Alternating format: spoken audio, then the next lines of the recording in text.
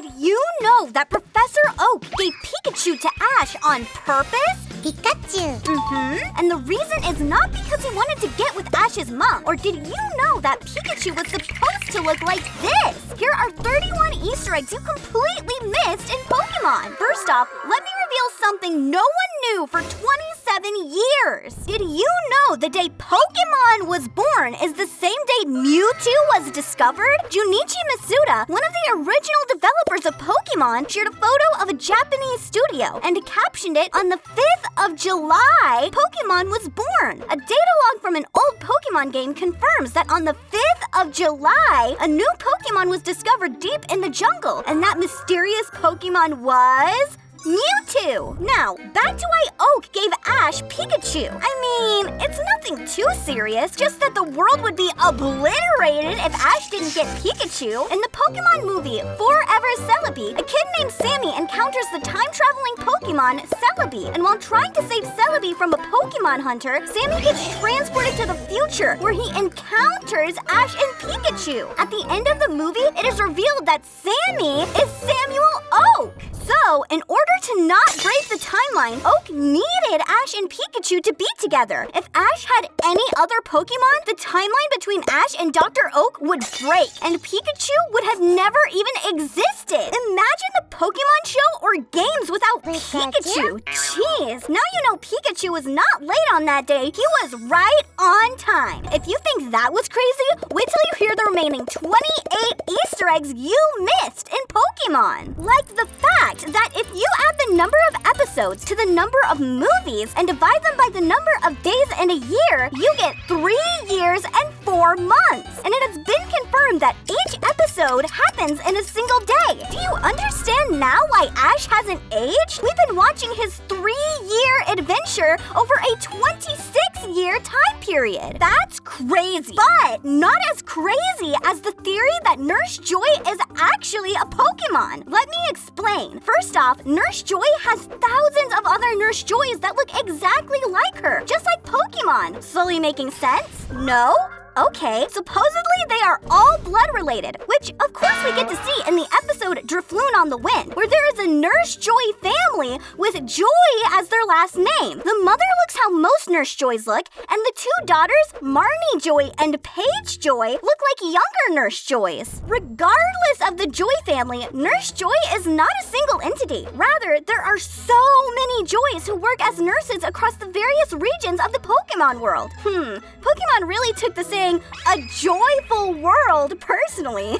So, if there are a ton of exact replicas of Nurse Joy, and they are all the same like all Pokemon are, don't you think Nurse Joy is her own version of a Pokemon? Like a Jinx or a humanoid-looking Pokemon? Or an evolved Chansey? You see, all the nurses are Chanseys, so Nurse Joy is maybe not a nurse. This just sums up the theory that she is also a Pokemon and probably the final evolution of Chansey, because only Chanseys are trained at nursing schools. Or maybe I'm just tripping. But can you blame me? Pokemon is kinda trippy. I mean, the manga is not even the source material. Pokemon was a game first and foremost, but the game, the anime, and the manga are loosely related. However, the first Pokemon movie had a cameo in episode 68 of Pokemon Battle of the Badge. It is the first episode we get to see the big bad Mewtwo. In the episode, Giovanni leaves with Mewtwo, so Jessie, James, and Meowth replace Giovanni to battle Ash for the Gen Badge. This trio is fantastic, but did you know Jessie and James aren't actually an official couple? In a BuzzFeed Japan interview with the Japanese voice actors for Team Rocket and Meowth, when asked if Jessie and James would ever be a couple, the actors agreed it could never happen. Talk about being friend-zoned. Anyway, remember how I said Pokemon is kinda trippy? Indeed it is, because in the manga, The Electric Tale of Pikachu, Jessie and James get married and even have kids together. Anything for the fans, am I right? I used to wonder who would keep Meowth if Jessie and James ever split up, until I found out Meowth is technically technically still a wild Pokémon. Nobody has ever caught him, and his association with Team Rocket is purely consensual. He's just hanging with them, not owned by them. He even considers himself to be their leader. Stay with me now, because this is about to get even trippier. Did you know the name of the Pokemon Ekans is Snake when you turn it upside down? And Pokemon Arbok is Cobra when reversed as well. Let's try that with Pikachu. Kip? Yeah, that doesn't make sense. But do you know what does? The fact that the name Pikachu is formed by blending two Japanese mimetic terms. Pika, representing the sound of an electric spark, and Chu, mimicking the sound made by a mouse. And Pikachu was originally intended to be a black and white mouse, but the producers thought they would sell more by coloring the Pokemon and making an anime out of it. I guess they were right by making that decision. Pikachu has been yellow ever since, and his name is not the only one with a hidden meaning behind it. Ash's last name, Ketchum, is a play on the words catch as in gotta catch 'em all. I wonder how funny it would have been if it was Ash Ketchup, as in Ash gotta catch up with the Pokemon. I mean, seeing him cross-dress is funny enough, but each time Ash has cross-dressed, he was never willing to do so and was coerced or forced into it in some fashion. That is, until the trend was broken in the XY series when Ash did not cross-dress. But did you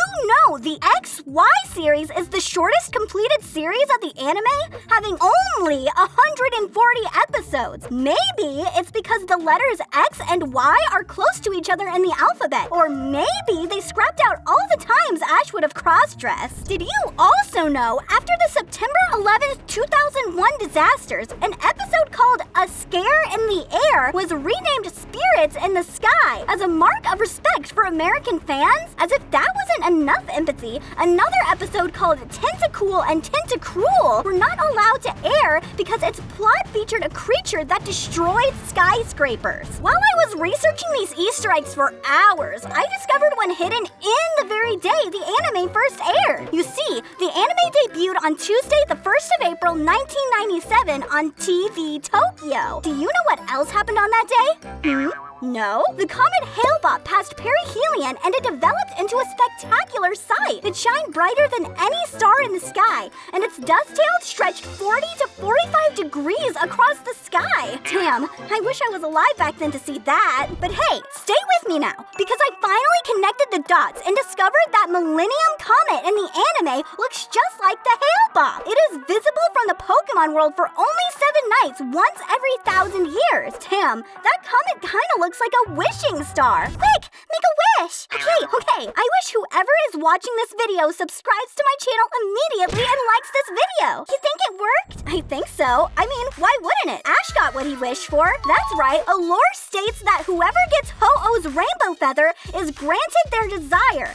Ash desired for a long life full of adventure after the first episode, and that's exactly what he got. Similar to Ash, both Dawn and Serena have mothers named Joanna and Grace. These mothers live independently with their own Pokemon, and no information is provided about their fathers, drawing a parallel to Ash's mother, Delia Ketchum, and her husband, Mr. Mime. We have talked about how names are significant in Pokemon. Well, let's talk about Dawn and Zoe. They are known as Hikari and Nozomi in Japanese, named after 2 Shinkansen lines in Japan. The Nozomi train is faster than the Hikari, suggesting that Zoe might be more advanced in her coordinating skills compared to Dawn. Zoe was a good villain, but the first major rival of Ash's female traveling companion to have been based on an in-game character is Shauna. By the way, did you know Star Trek made its way into the anime? Twice! Pokemon uses a couple of sound effects from Star Trek The Next Generation. The Enterprise D door chime when Ash's Pokédex was updated for the GS Pokemon, and the Enterprise D transporter when an Electrode or Voltorb self-destructs. But that was not the only time when they made a Star Trek reference. The English title of the 38th episode of Season 12 is Where No Togepi Has Gone Before, and it alludes to the iconic opening narration used in both the original series and the next generation of Star Trek. To boldly go where no man has gone before.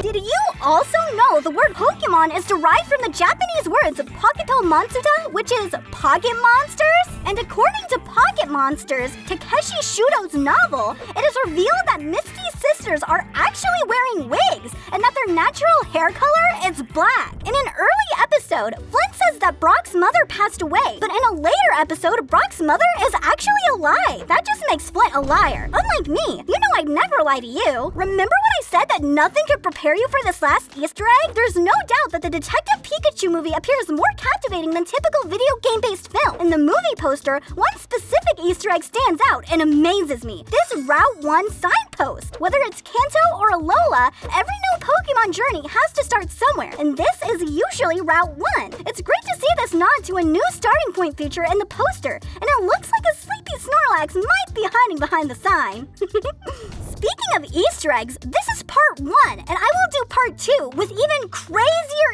Easter eggs that will blow your mind if this video gets 5,000 subscribers. So subscribe right now. Until next time, catch 'em all!